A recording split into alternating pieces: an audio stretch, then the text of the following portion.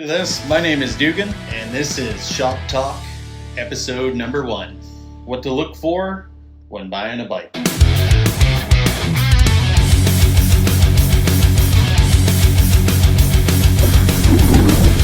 Woo! Yeah! Woo! Look it up and try to find something similar, comparable spec-wise, something current on the market, maybe the same brand, or see what it's actually going for currently.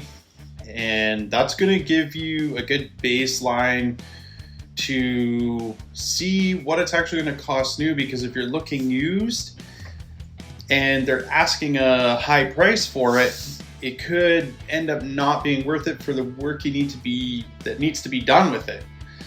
So actually look it up, get a proper price, and know exactly the amount of a new one. First thing I want to look at is the bike actually clean or is it dirty? If the bike is dirty, what are they trying to hide? Because I personally wash my bike after every single ride. I like it nice and clean and neat and tidy, because then if there's something wrong with your bike, you can notice it right away and get the maintenance done right away before your next ride. If you know a bike mechanic, it would be great, because you could ask them to come along, come and help, utilize that resource, and they're going to have a lot of knowledge, a lot of experience. They've probably seen a lot of bikes that are good and bad if they're working on them regular, so they'll know what to look for and they can help assist you.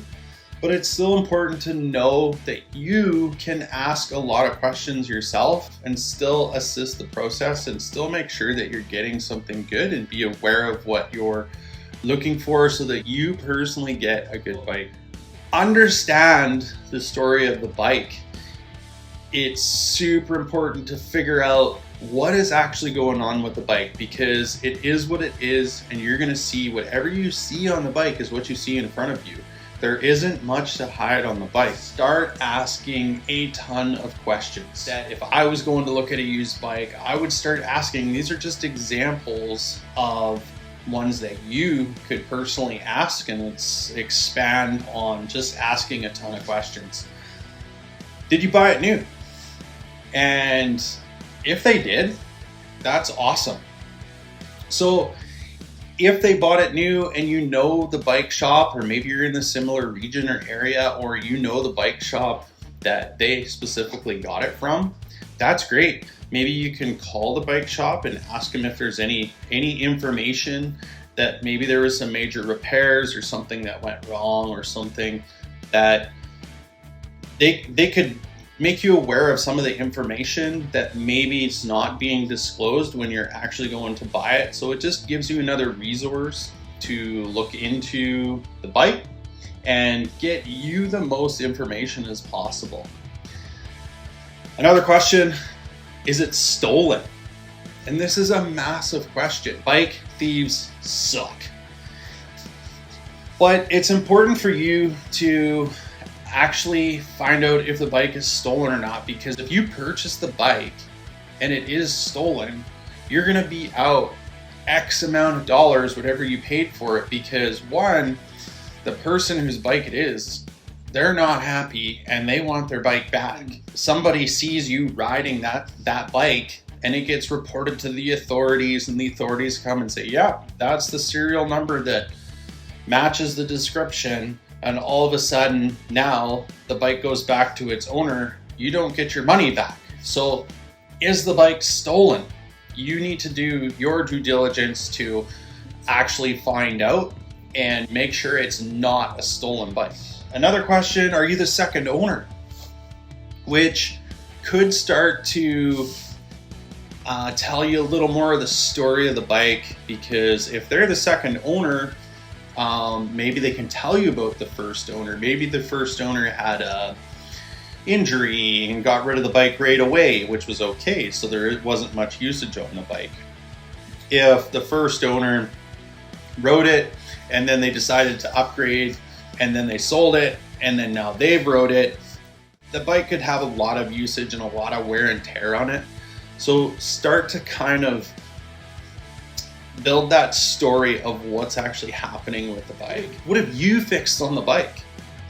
And if they say something like, it's been great and it hasn't given me any problems, that should be a massive red flag, because yeah, it could have been absolutely great for them, and yeah, it's went well. That's great. But they've pretty much rode it to the ground and it needs a lot of maintenance, and it could need a lot of stuff, because the next person picking it up is you, and you don't want to have to deal with a big maintenance bill right when you're getting a new to you bike. So if they've just rode it and nothing's gone wrong, just kind of be aware of that. That could be a red flag. How often do you ride your bike? So again, we're trying to build this story, and if they ride their bike maybe once a week, great. They're not riding it a ton, they're only getting out when they can, good. Maybe it doesn't have a lot of usage on it. But if they're like, well, I ride three to four times a week, that bike could have a ton of usage on it, and meaning a lot of stuff could be worn out. Maybe there's a lot of wear and tear on the bike. So if they weren't riding it much, there's little usage on it. If they've been riding quite a bit, there could be a lot of wear on it. Where do you normally ride? Maybe wherever you're purchasing the bike, you might know a little bit of the terrain. So it's kind of important to understand, did they use the bike for shuttling? Did they use the bike for cross country? Did they use it on easy gradual terrain? Or were they shredding the gnarly? If they're riding stuff that's steep and technical and gnarly terrain, well, there's going to be a lot of wear and tear on the suspension, the bike, possible crashes. There could be a lot of wear and tear on the bike if you understand a bit of the terrain that they've been riding. And if it's easy gradual terrain, great. There's not a lot of hard usage on the bike, and you may be getting a good bike. Bike parks, I personally love riding bike parks, but bike parks are super rough on bikes, and there can be a ton of wear and tear on bikes if they're not keeping up their maintenance, like wheel bearings, suspension, crashes, wipeouts. It's okay if they're keeping up their maintenance on their usage they're putting on, but really kind of evaluate it well, because bike parks are very harsh on bikes, and you want to make sure you're getting a good bike. So maybe it's not the best one to be getting. Is this a carbon bike or an aluminum bike? And either or, I think you need to go through them both quite well and look for cracking, because if there's cracking, we don't really want to deal with having to deal with the manufacturer, or all of a sudden now you have to go to the bike shop and deal with warranty and maybe a claim and get another frame. It's just eating into your ride time when all you want to do is kind of get a good bike. So inspect it really well for cracks, and if it's a carbon one, I think what I've personally seen in doing service repair, suspension tuning, and a big one with carbon frames is cable rub. So wherever there's your shifter cables, dropper post cables, brake lines, check them really well, because the fine dust will start to sit on those cables and it'll start rubbing through the frame. And if it's a carbon frame, one, if you're getting a new to you bike, you don't want the frame to be failing for some reason because of cable rub and it's actually worn a hole through the frame. We just want a bike to ride, and we want to find something good. So be aware of cable rub, that there isn't spots worn through the frame. You could ask them, hey, if you've been doing some shuttle laps, there could be a lot of cosmetic wear and tear on the bike. You know, a lot of times brake levers hit bikes, gouge frames, depending on how they're actually hauling them. If they're on a tailgate pad, there could be a lot of wear and tear on the front fork. There could be a lot of paint rubbed off on the down tube. There could be dents in the down tube. You really want to go over the bike and the frame really well, the fork really well. You know, look underneath the bike, look over the whole bike, not just the top side. And have you ever serviced the suspension? And maybe they're like, well, it's been great. And no, it's been good. I haven't really needed to. So we're going to use Fox as an example because they have a 200-hour service and a 500-hour service. The 500-hour one is actually a full rebuild. So if you can kind of put the numbers to their story of how many days they were riding and how many days out of the year, you can kind of start to put together a rough idea of, okay, well, is that close to the 200-hour service? Or is that close to the 500-hour rebuild? Because it's still mechanical, it still needs to be serviced, and it still needs to be kept up to date. So if they haven't done anything, you may need to, and that can be very expensive because doing a 200-hour service, from where my region where I am, a lot of these suspension companies start at about $180 and up per shock, which is very expensive if you're doing two, your front and rear. So it can be very expensive if they haven't been doing their service intervals on their suspension. So just be aware, try and pull a bit of that story out and keep your cost as low as you can, because again, we want to just like get this new to you bike and ride it and it be fairly decent and not worn out, and that the service is actually up to date. Have you replaced the drivetrain? And this is kind of a big question because if you're getting a used bike, it may be quite worn. And if they say, I put a new chain on it because it was skipping, well, that should be kind of a pretty big red flag, because in service and repair, when a drivetrain is done, you replace the whole drivetrain. We normally replace front ring, cassette, chain, and idler wheels on the rear derailleur. Depending on how much time is on the rear derailleur, you replace the whole rear derailleur. So it's important to understand that you don't just replace one component, you replace them all because it's all worn out. So they probably tried to do it very cheaply, and that could end up costing you a lot of money, which we don't want. We want to buy the bike and have a good time and just ride with our friends. Have you replaced the bottom bracket? Now, you may be wondering what the bottom bracket is. And the bottom bracket is a replaceable item that your crank goes through. They're easy to replace so that it doesn't wreck your crank. Now, most of these manufacturers, and they're not going to tell you, nobody tells you any of this stuff. But when I looked it up, most of these bottom brackets are only rated for 40 days. 40 days. That's not much riding. And so if you're asking the question, have you replaced the bottom bracket? And they're like, no, I've rode it all season. But their season was like 100 days of riding. Well, that you may have to replace the bottom bracket. And where my region, where I am, you know, a bottom bracket could be anywhere from $50 to $100, which is actually a lot of money. It's an extra cost that we just don't want. So you want to make sure and check, hey, maybe they did do the bottom bracket and it's good to go, which is awesome. So just keep in mind that it is 40 days and it's not a lot of riding, so you need to just ask questions.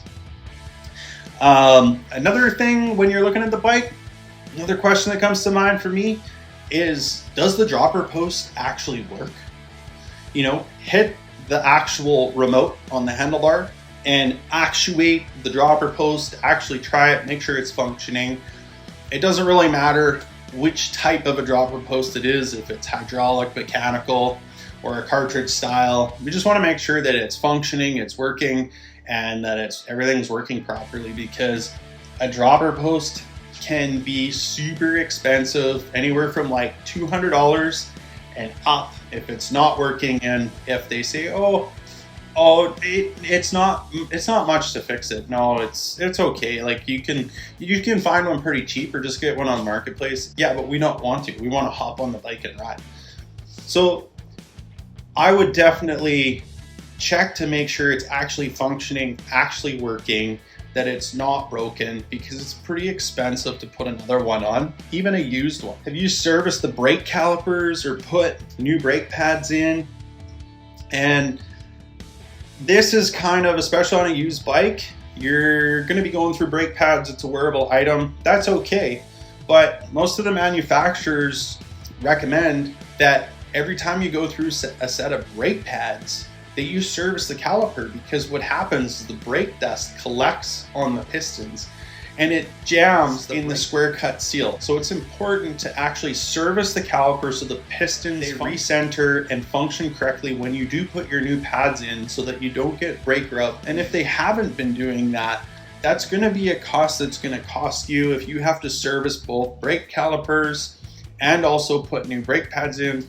It can be quite costly to do that. So we kind of want to avoid that. Have a look at the rotors on the bike and ask yourself, are they discolored?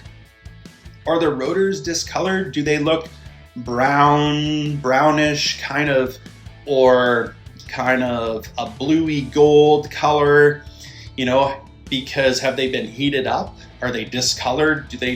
Most rotors are going to have a silver kind of metal kind of look to them. You can also check the groove on the wear surface of the rotor and just see if it has a little bit of an edge from where the fin to the contact surface is, if it's got a little bit of a edge or a lip. If it does, the rotor's probably pretty worn out and it's discolored because it's thin and overheated. So rotors can actually be pretty expensive too. They can start at $100 a rotor, per rotor. So we kind of want to just look to make sure that the rotors on the bike are actually the proper color, they're not discolored, that they're not worn out, and because we don't want all this extra cost.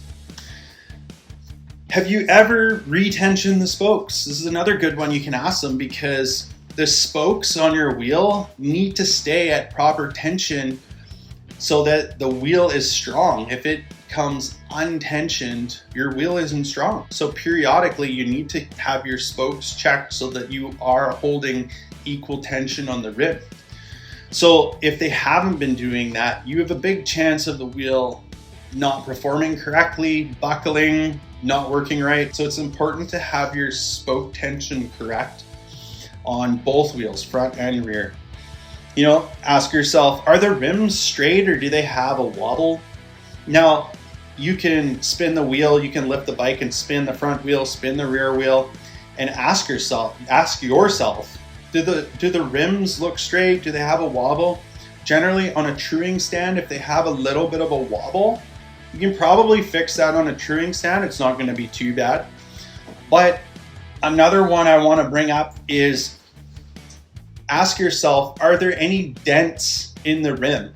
Actually feel both sides of the rim with your hand and see if there's any dents in the rim, because dents actually can't be fixed. Now, if you're running tubeless, it's not going to seal. And if the dent decides to fail when you're riding it, you can buckle a rim and it's going to cost you a lot of money, because if you fold a rim, you're looking at $400 and up just for replacing a rim because it has a dent in it. But a dent is a weak point and the rim can actually fail. So you really want to make sure that you're checking both sides of both front and rear wheels and check them really good for dents or imperfections. And because that can cost you a lot of money. $400 to $500, I don't want to be spending that when I first pick up a new to me bike. When you're looking at the tires, we kind of want to get the best tires we can, because tires can be pretty expensive and it is a wearable item, and you're not always going to get the best of tires on a used bike, but you can actually fold the sides of the cornering lugs, not the lugs in the middle, the lugs on the side.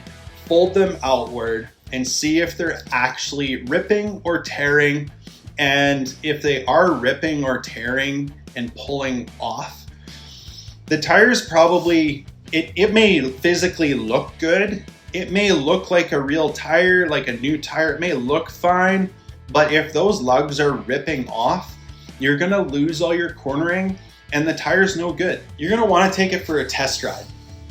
And during the test ride, this is the time where if you're in a vehicle, you turn the radio down and you listen to everything. So on a bike, it's no different. You want to make sure you're listening to everything the bike is doing, because the bike is telling you a story. So you don't need to take it down the trail. Whoever's selling it's going to be pretty nervous because it's an expensive item. So it's okay to ride it in front of them in a safe spot, on the road or wherever you choose to ride it, just in a safe location, and ride it where the owner can actually see you, so you're not taking it to the trail so they're gonna be all stressed about it. Shift through all the gears, listen really closely, and you're gonna start asking yourself, does it make any crunching like gravel sounds? And if it's kind of making some crunchy gravelly sounds, that could be the bottom bracket.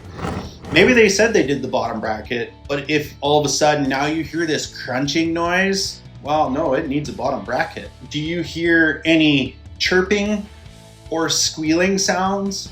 That could easily be some wheel bearings, and you may need to put wheel bearings in, and they say, oh, they're okay. Well, no, it's chirping and squealing. So, and check both wheels. If it's coming from the front or the back, listen. And that's a good indication that it may need some wheel bearings. Do you hear a clicking sound? And a clicking sound is generally like a worn pedal. Pedals like to click. Do you hear any creaking? A creaking sound is going to be headset or pivots. So really listen if you're hearing creaking. Creaking is a very common one, and that's going to come more from the front end. If you hear creaking on the pivots are going to be on the rear. So listen if it's creaking on the front or on the rear. Front is going to be headset, rear is going to be pivot. Do you hear a dragging noise? It's dragging. You feel a little bit of resistance in your pedaling. That could easily be some brake pad rub. So really pay attention to what the bike is actually telling you. Build on that story. So that's kind of all I can think of for during the test ride. These are all things that you yourself can do that doesn't require any tools. This is literally $0. It's all knowledge based. Once you have all your questions asked, it's kind of up to you to make notes of what did the bike actually need. Maybe it needed a bottom bracket, maybe it needed a drivetrain, and maybe it needed a rear tire. So we add up all that cost from whatever we found wrong with it. It is what it is. It's mechanical. So it needs the part. Despite what whoever's selling it is trying to say, because most of the time, whoever's selling these bikes just wants to get as much money as they can to go towards their new one. They're not really interested in giving a deal, and they want to get the most for it. So you kind of gotta, keep that in mind of, hey, what did I find wrong with it? What are the parts I actually need? And when I add those parts on and I have my baseline of that new one I looked up, does it come close to the new one? Should I maybe just get the new one? Or should I get the used one because they are being fair with their price? And if I put a couple of these parts in, hey, yeah, they were being fair with their price. And it is cost effective to get the used one. If you want to watch other epic videos, you can go watch Demo Day or check out my channel. That's all I got for you. So see you in the next one. Yoop!